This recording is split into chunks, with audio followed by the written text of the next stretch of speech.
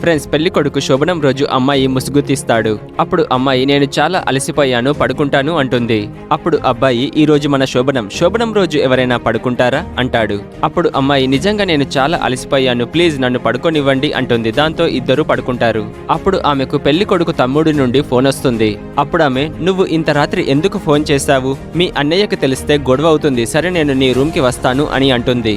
కానీ ఈ మాటలన్నీ ఆమె భర్త వింటాడు. ఆమె నవ్వుకుంటూ మరిది రూమ్ కి వెళ్తుంది మరియు లోపటి నుండి డోర్ పెట్టేసుకుంటారు. పెళ్లి కొడుక్కి ఇదంతా చూసి చాలా కోపం వస్తుంది.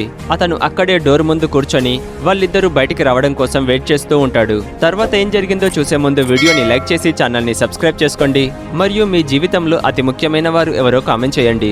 వాళ్ళు బయటికి రాగానే ఆమె భర్త అంటాడు, ఏంటి శోభనం అయిపోయిందా అని తిడుతూ ఉంటాడు. అప్పుడు పెళ్లి కూతురు అతన్ని కొట్టి అతన్ని రూమ్ లోకి తీసుకెళ్లి చూపిస్తుంది. వాస్తవానికి ఈ రోజు అతని బర్త్డే. వీళ్ళు అరేంజ్మెంట్స్ చేస్తున్నారు.